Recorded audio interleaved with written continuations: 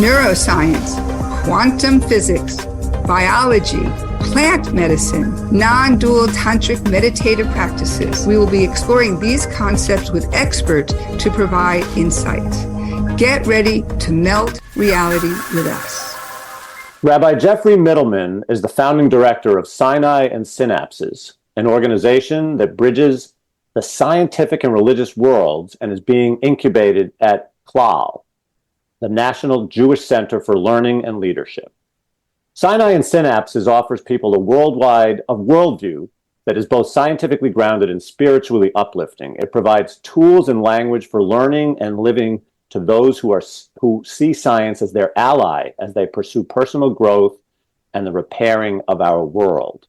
Scientists in Synagogues is one of Geoff's key initiatives, providing communities a $5,000 grant, along with mentorship, guidance, and connections in order to run grassroots programs that offer Jews opportunities to explore the most interesting and pressing questions surrounding Judaism and science. Geoff was ordained by the Hebrew Union College of Jewish Institute of Religion and is an alumnus of Princeton University. He's received multiple awards, both as a student and an ordained rabbi. From 2007 to 2014, Geoff served as assistant and then associate rabbi of Temple Beth El of Northwestern Westchester. Welcome, Geoff. Thank you, David and Jody. Nice to meet you both. Well, David, I've known you for a little bit, and Jody, nice to meet you. That's right. That's right. So, Geoff, on the Scientists in Synagogues website, you state, "We believe that to enhance ourselves and our world, we need both religion and science as sources of wisdom, as the spark for new questions, and as inspiration and motivation." So I love this articulation. And it reminds me of the great book by Jonathan Sachs, The Great Partnership, Science, Religion, and the Search for Meaning. So I think that quote is going to form the touchstone for this interview. But let's start off a little bit open-ended. Tell us about the great partnership between religion and science in your view. So one of the things that is important to remember about both religion and science is that they are both ultimately at their core human questions. Religion is different than God. Religion, in my mind, and I actually don't think anyone would disagree with this, but is that religion is how humans connect with the divine in a variety of different ways. Trying to ask, who are we? How do we act in this world? What's our responsibility towards each other? How do I help myself grow? How do I help my family grow? How do I help my society and my nation grow and develop? Religion is a collection of beliefs and practices, but they are ultimately how we humans manifest our beliefs in this world. Science is also a human endeavor. It is an attempt to understand the universe. The best definition I ever heard of science is that science's job is to help us become progressively less wrong. And I think both religion and science are not a collection of facts, and neither of them should be viewed as or at least a collection of static facts. They are a process. They are ways in which we grow and evolve and get feedback from other people, from how the universe is giving us feedback of this. Well, I thought this was right, but nope, that experiment told me I was wrong. And so science and religion come together as questions of exploration. Sometimes they're in conflict. Sometimes they are in concert. Sometimes they are independent. I think they are in somewhat separate spheres in terms of their methodology, and yet they both are trying to help us ask, who am I, and how do I act in this world? Well, so of course, there are great breakthroughs and understandings in both religion and science, but there's also a great tension between them. And so talk to us about some of them and how we can manage this very challenging terrain. Have you gotten any pushback from the religious community delving into certain scientific questions, for instance? So that's an interesting question. And I think one of the things that's a challenge is that when we talk about religion and science, very often when we're talking, at least in American society and Western society, when we say the word religion, that packet of religion is usually Christian, usually white evangelical Christian, usually white fundamentalist Protestant Christian. And that's a very small perspective there. So in fact, there aren't as many people who see religion and science in conflict as we would expect. As with a lot of things in our society right now, the loudest voices tend to get the most play. So one of the things that we've experienced through Sinai and Synapses and through all of our projects and scientists and synagogues is there's a perception in our society that there's two poles. One side is viewed as scientific and educated and liberal, and the other side is viewed as religious and uneducated and conservative. And if you buy anything from either of those columns, you've got to buy everything in that column.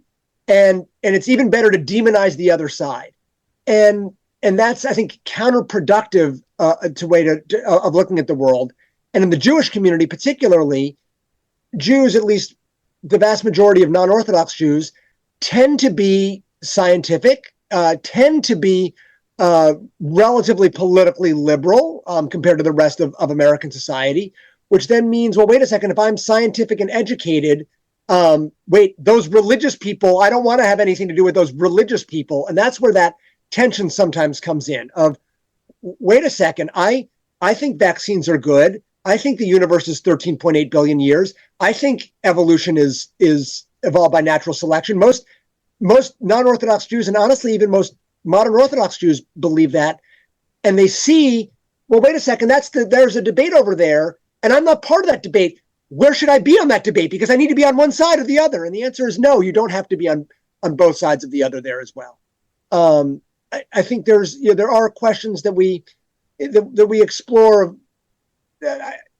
We talk about this a little bit of like evolution and creation and climate change and vaccines, but those they're not necessarily scientific questions. Those are more political questions. And so and one of the things that comes up is it's questions of identity, really. And so if people are able to say, I'm able to hold both of those things, the temperature gets lower as well. So if I were to fly into a evangelical fundamentalist Protestant church in Kansas, and for me as a liberal reform rabbi from the Northeast, and I go tell them that you're an idiot if you don't accept evolution, that's not going to work. That's not going to convince them.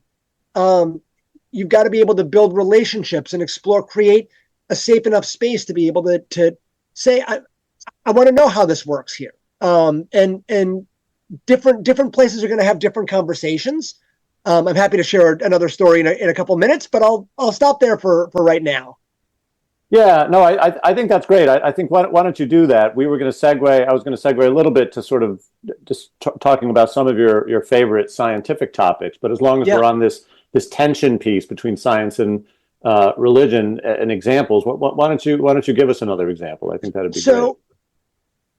So one of the things that we believe is from an idea from Stephen Johnson, who's a writer who talks about the adjacent possible, that you can't envision anything way too far. You've got to deal with the people that you're adjacent to. But then if I'm adjacent, I can be adjacent to someone else who's adjacent to someone else who's adjacent to someone else. And that allows that built conversation. So we work very closely with the AAAS, which is the world's largest scientific organization. And they have a project on the dialogue on science, ethics, and religion. They do a lot of great stuff. And they also work with an organization called BioLogos.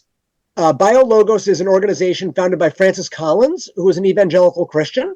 And BioLogos' mission is to be able to teach evangelical Christians, the universe is 13.8 billion years old. We've evolved by natural selection. You don't have to reject the Bible to accept evolution. That's their mission, and they do a really terrific job. And I was invited to be a panelist for a breakout session at the BioLogos conference. And to me, I felt like these were crazy right-wing people there. In their world, BioLogos is so far left because their world is the evangelical Christian community.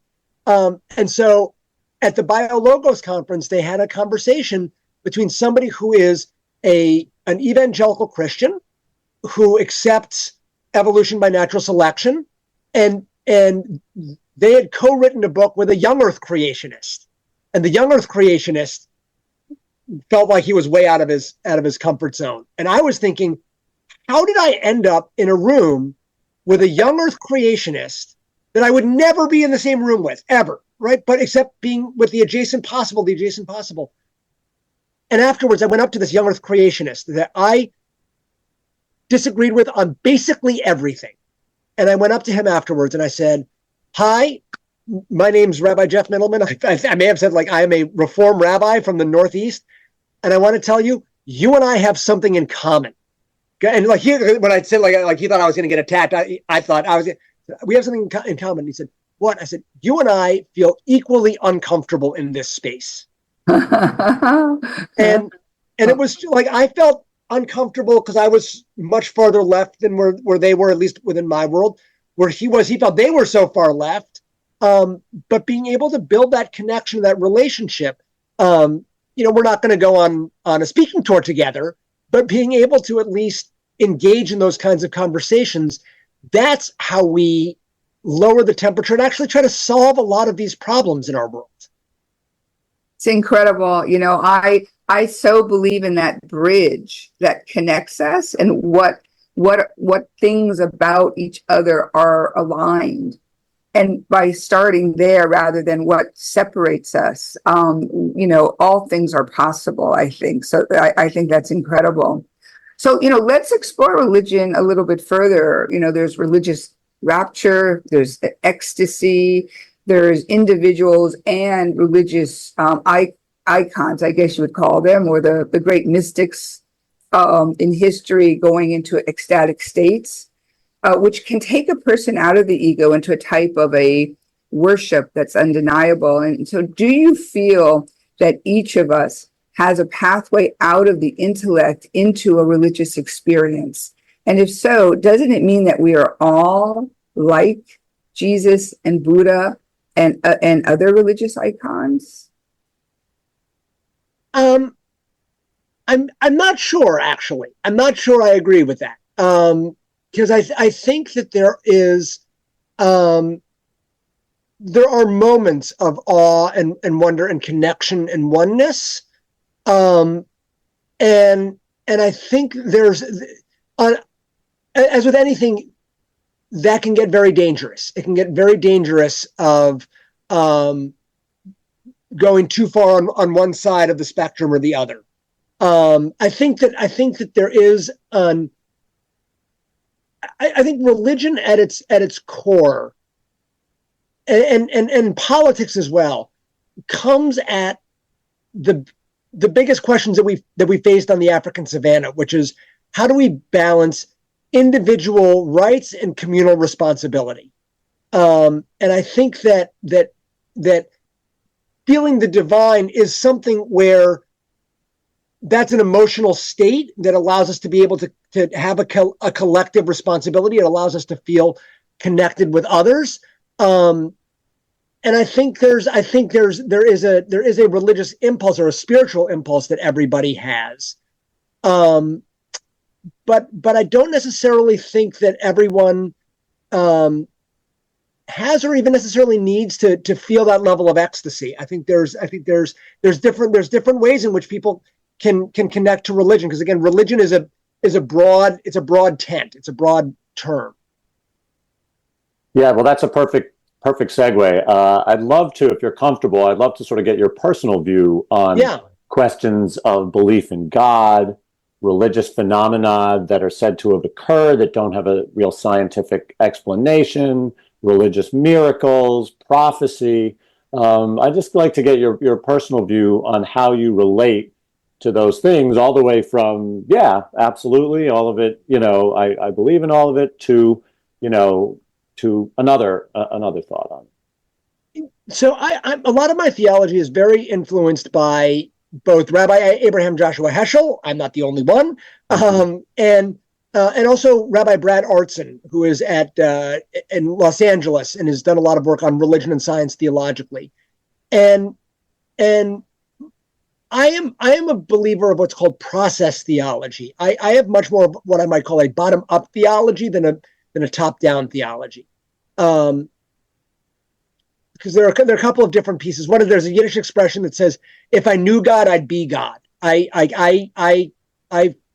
anything that I say, and the other line too is that all theology is really autobiography. What we say about God has much more to say about us than it says about God. So these are sort of my own feelings, but I don't view them as scientific fact in any kind of way. So I tend to be a little bit of a religious naturalist. I tend to think that most of what was described in the Torah, in the Bible, are not scientific facts. They're not. Genesis is not a science textbook. It is not meant to be a science textbook. Exodus is not meant to be a science textbook. I think that's a misreading of what science is and what the Bible is. I tend to think that I find God in process. So a lot of examples an example that I often give is, I don't believe that God heals, but I do believe that God is found in the healing process. Right? So when my father was dying about a year ago, right, it wouldn't be right for me, and I didn't think of please save him, right? If somebody's in the hospital, please God, save that person. I don't view God in that way of, okay, I'm going to save that person, I'm not going to save that person, because it's not a God I want to connect with, right? Because that becomes why me and not that person, or why that person and not me.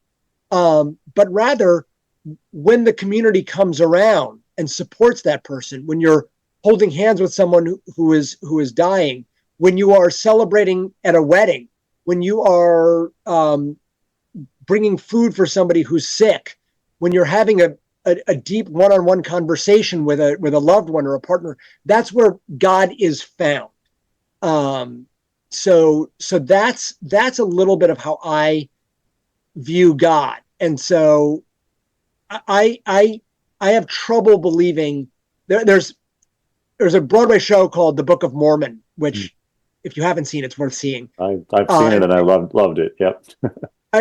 And there's a great line at the end of Act 1 that I quote, where something bad happens to one of the main characters, and asks at the end of Act 1, "Heavenly Father, why do you let bad things happen?" Which is why people say that's a big theological question. Like, why does God allow war and famine and earthquakes? Heavenly Father, why do you let bad things happen? Then he says, more to the point, why do you let bad things happen to me? And that when people say, why do bad things happen? What they really mean is, why am I getting the short end of the stick? And the truth is, everyone gets the short end of the stick. And this is one of the things that's scientifically true, which is that the direction of the universe is towards chaos, towards death, towards bad things happen. It is much more likely that bad things are going to happen to you than good things. That's just, there are a lot more ways to die than there are to keep yourself alive. Think about how many people over hundreds of millions of years in evolution said, like, that person didn't, like, we just happen to be lucky that our ancestors survived in this kind of way. And so when it asks this question of, people say, why is there war in the world? Well, if you look at, for example, much of human history, most of human history for hundreds of thousands of years was war. How did you get stuff? You stole it. You killed the other people. It is much harder. The real question is, why is there peace? How do we maintain our? This is a question that we're grappling in our democracy right now, right? Like, it's a lot easier to destroy democracy than it is to maintain it. So thinking of God is the way in which we are able to maintain a level of order and peacefulness and justice. That's where we find that. Yeah, it's so great. It's so fascinating. So right now there's studies going on in the scientific communities regarding the way our brain, what happens in our neurological system on things like MDMA and psychedelics and things like that, where basically the ego is sort of dissolved and a more expanded or ecstatic sense of self, where the subject object experience dissolves a little. So instead of God being somewhere else, the experience is I am consciousness everywhere.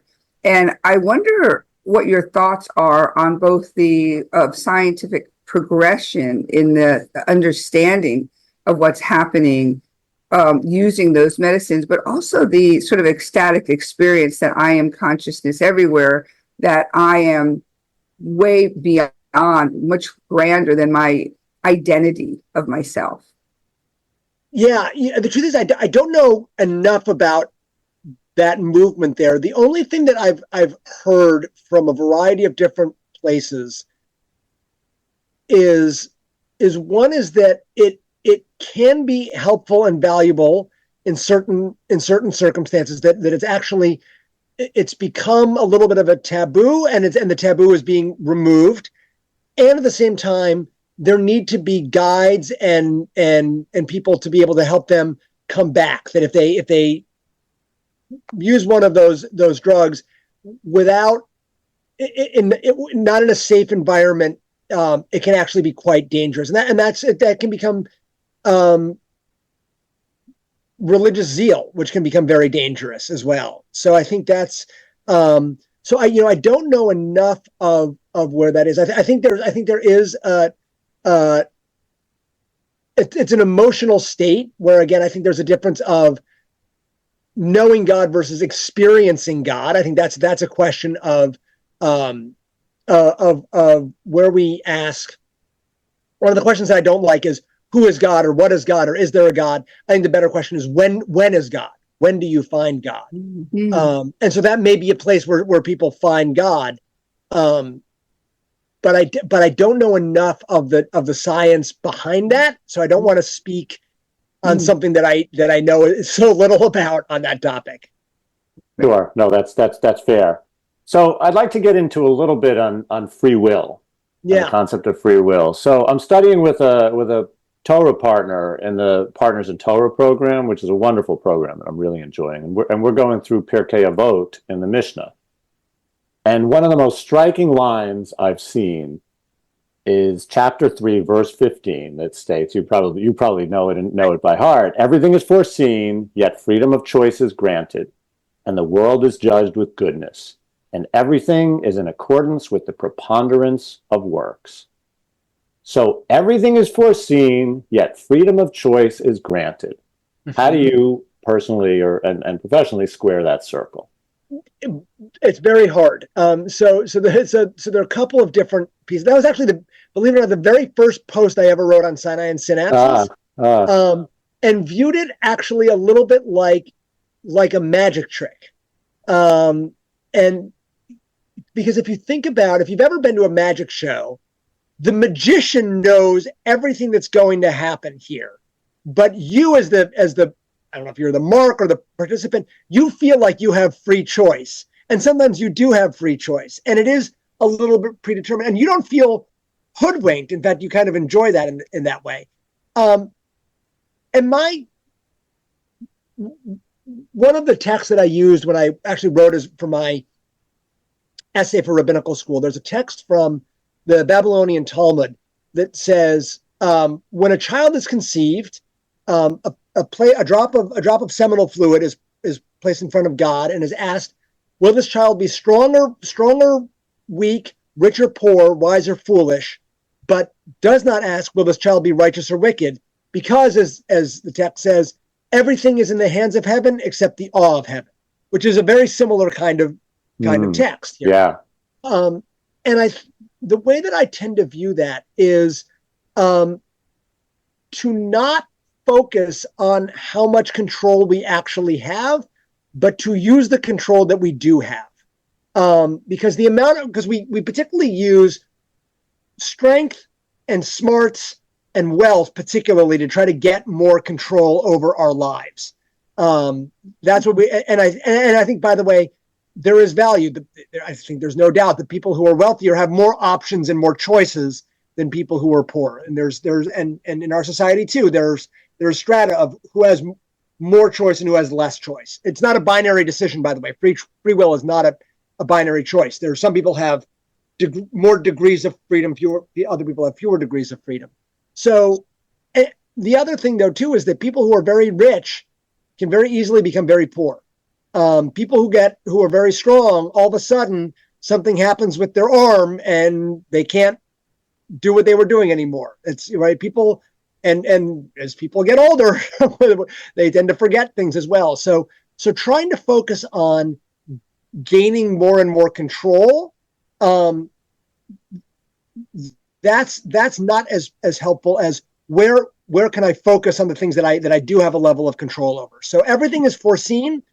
In the same way, we don't control how much control we have over our lives. That's how I tend to view that. And by the way, the way that I view justice and equality and equity, my feeling is that justice is trying to give as many people as many options as possible as we can. I think that's where justice tends to be. That's why, different questions of economic justice, racial justice. In my mind, the goal is how do we expand the number of options that people are able to have. Sometimes that's economic justice and giving them more freedom, helping them get out of poverty. A lot of that is racial justice there as well. That links a little bit to how I view Judaism as well. Yeah, absolutely. I'm a social activist, and raising all boats, creating an equitable playing field is fundamental to all spiritual beliefs and religious work around the globe. And so it sounds like that, you don't have your day-to-day rabbinical responsibilities anymore, and that you've devoted yourself to Sinai and Synapses and your other philanthropic work, Rabbi. Do you miss being a rabbi in a congregation? And what's your days like? What are your days like now? Yeah.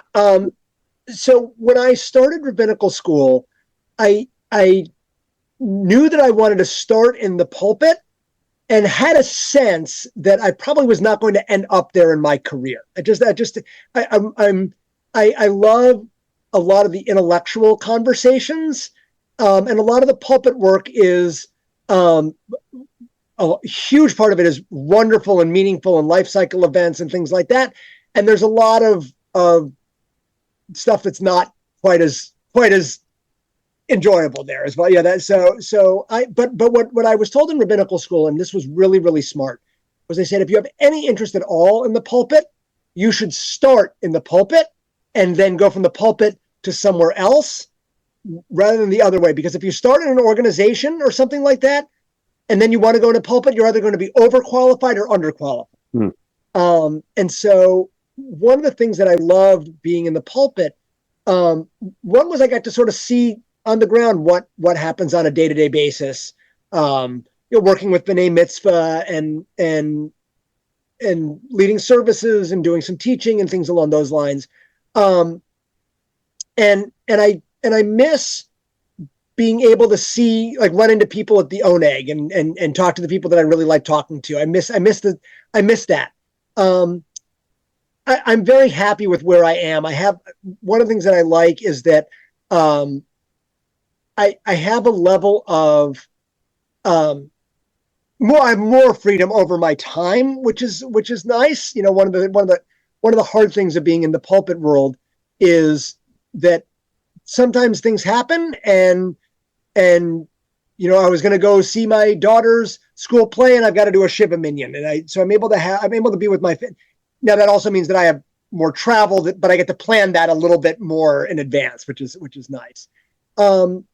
A lot of what I do a lot of teaching. I do a lot of scholar in residence. I travel around and go and talk on science and Judaism. We're managing about 30 different synagogues that are doing work on science and Judaism. So checking in on them and making sure, seeing the kind of work that they're doing and seeing the projects that they're coming out of.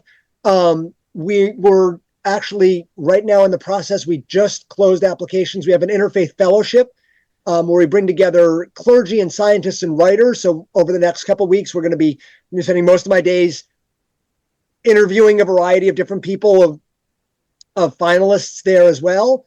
We're actually in the process of launching a project about Judaism and AI and technology. and doing work on how can we use technology to enhance Jewish life. That's a new project that we're about to launch as well. And then we've also we have a series of videos that we create. We put a lot of content out, a lot of articles and videos and things along those lines.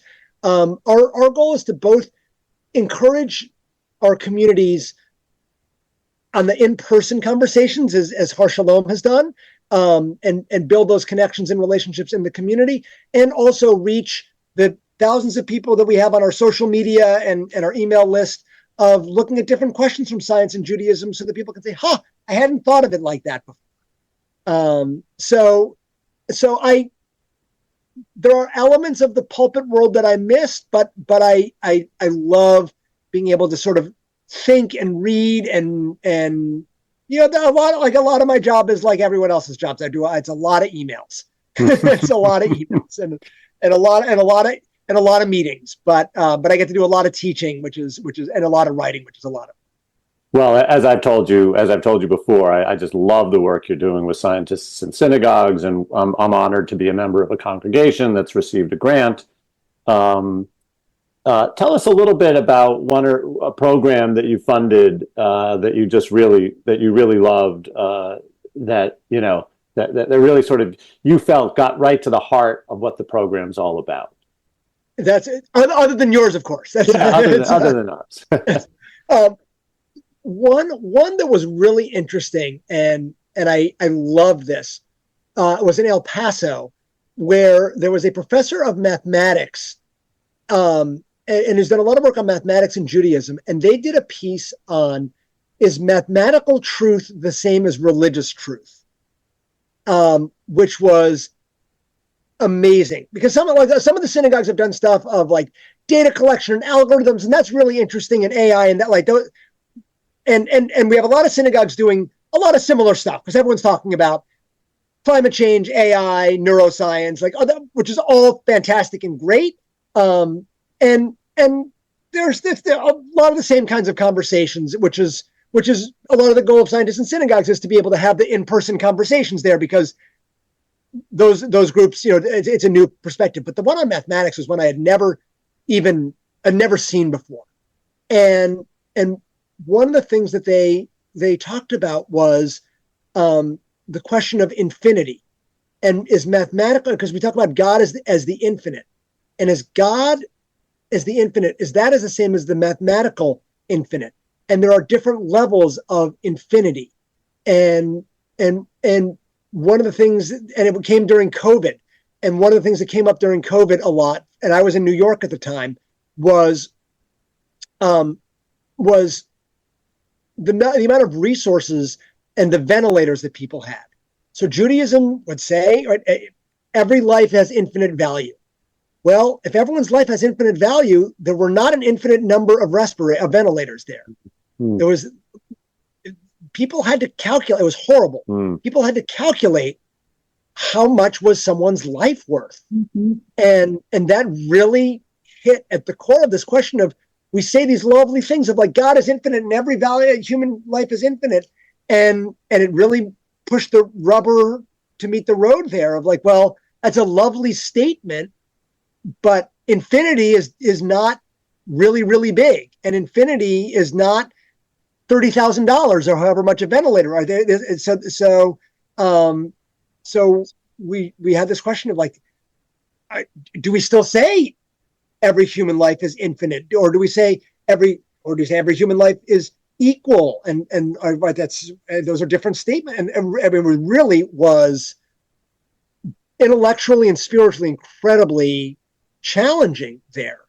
And I think we're still grappling with these kinds of questions. And so when in the Talmud it says, whoever saves a single life, it's as if they've saved the entire world.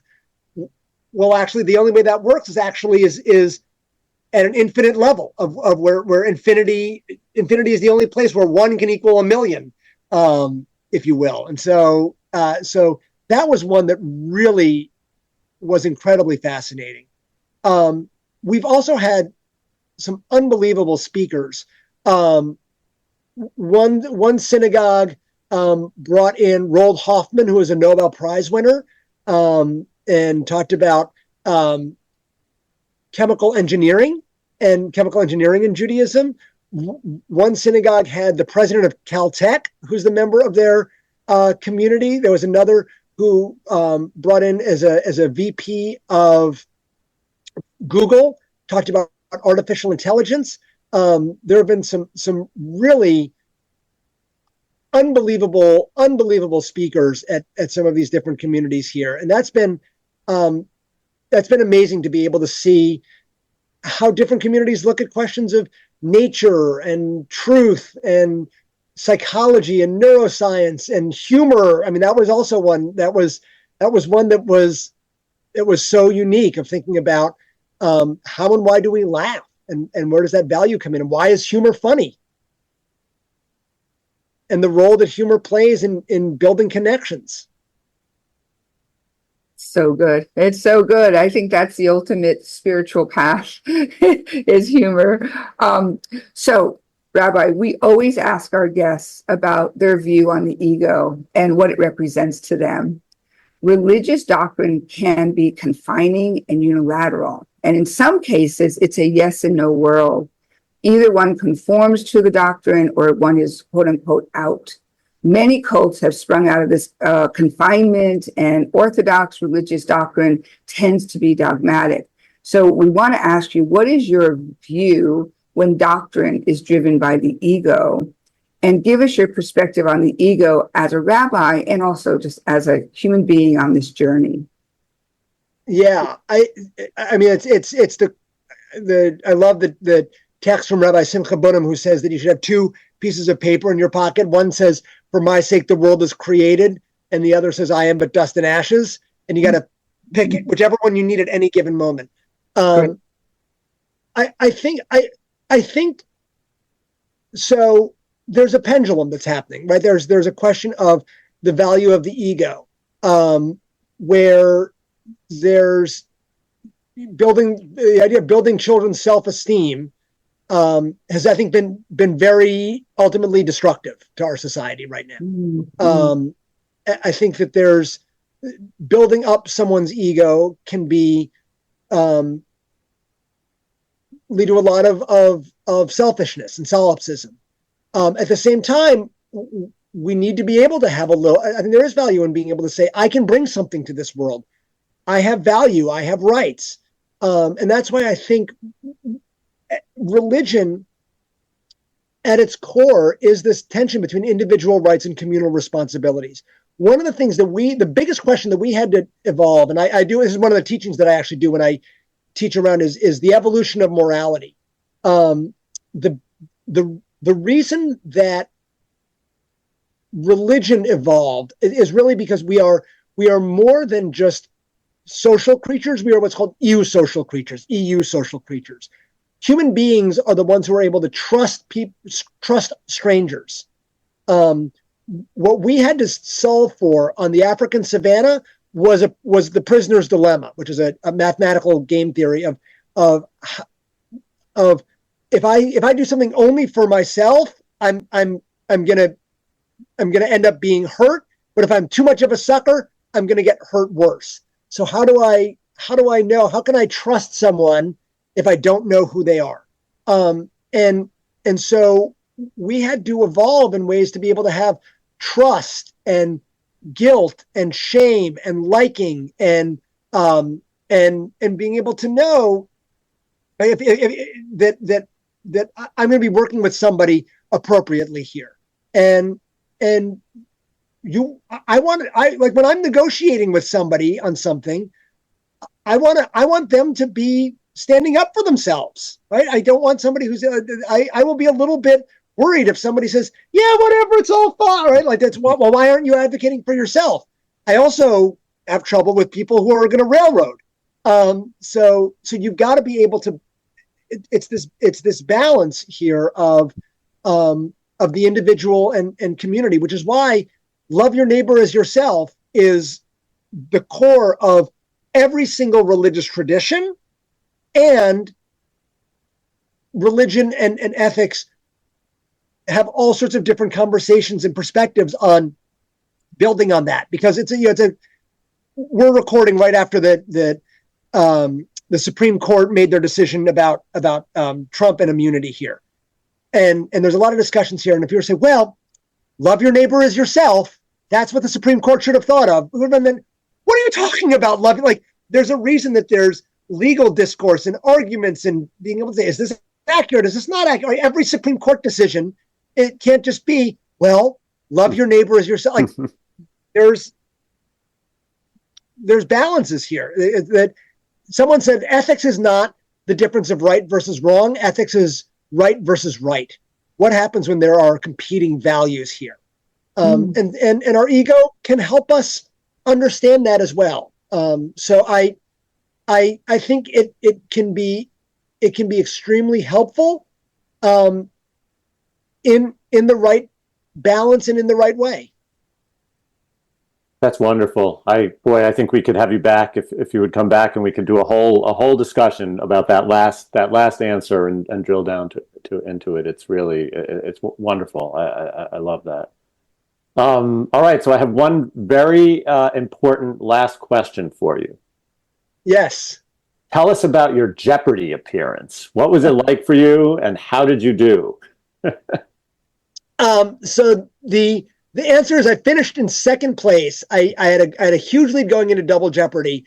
My opponent in Double Jeopardy made, well, the game before, he made what was at the time the largest daily double wager in the history of the show. Since then, it's been eclipsed by James Holzhauer many, many times. But at that time, he made a huge wager and everyone gasped. He made another huge wager for me against me in Double Jeopardy, and I ended up being locked out. So I finished in second place and didn't know final as it was. I'm trying to think of like my wedding and the birth of my kids, and then probably being on Jeopardy. That's, and may even be even better than ordination. That's, you know, that's it was because I grew up watching the show. It was so unbelievably fun. I actually wrote a piece, and I don't know if you have show notes there, but I did a piece of my Jewish approach to being on Jeopardy. Right. I did a lot of prep. I did a lot of study, but I think the biggest piece that I went in was control what you can control and let the rest go. And the biggest revelation that I had was there's a difference between getting clues right and winning the game. So if you or if your listeners are like me, when you grow up, what you would wonder is, did I know this question or not? And that was right. That's it. Like, do I know this or not? When you're on the show, you're playing against two other people who also know all the clues as well. So the likelihood is that you're going to get 1 out of 2, 1 out of 3 of those clues as well. It's going to be, did you get the daily double? Did you risk? Did you get it? Did you get it right? Did you get it wrong? Like there's a lot of randomness in there. But the other thing that was so wonderful is that it creates a community. And there was one person that I was on the show with, who we taped the same day. It tapes 5 shows in one day. They tape a week's worth of shows in one day. So one day, it was that Tuesday in January. I still text with him. I was texting with him last night. We text almost every day. We have met once, and maybe, we spent a couple hours, and there's this wonderful community of Jeopardy contestants and community. And it is, it creates just this wonderful supportive group of asking fun things and sharing fun trivia. And it's an incredible, surreal experience. I'm sad I lost, but I felt like I walked out with my head held high. Oh my goodness. Well, I definitely need your autograph for being on that show. And Rabbi David and I just both want to thank you so much for your time today. Incredible work and thoughtfulness and leadership. And I can't wait to join you in one of your adventures and your gatherings. So both of us, just thank you so much. Thank you. Thank you. This was wonderful. I'm so glad that you've launched this and happy to be part of this and looking forward to more conversations.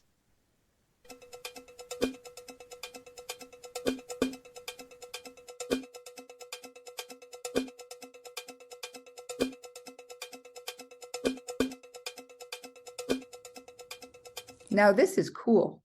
The music you have been listening to is actually my consciousness in motion.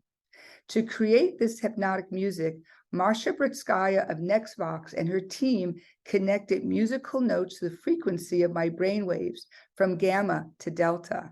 The team at Nextvox will be exploring how listening to your own brainwaves can provide health benefits from reducing your blood pressure to calming anxiety. Visit our show notes to learn more about Nextvox.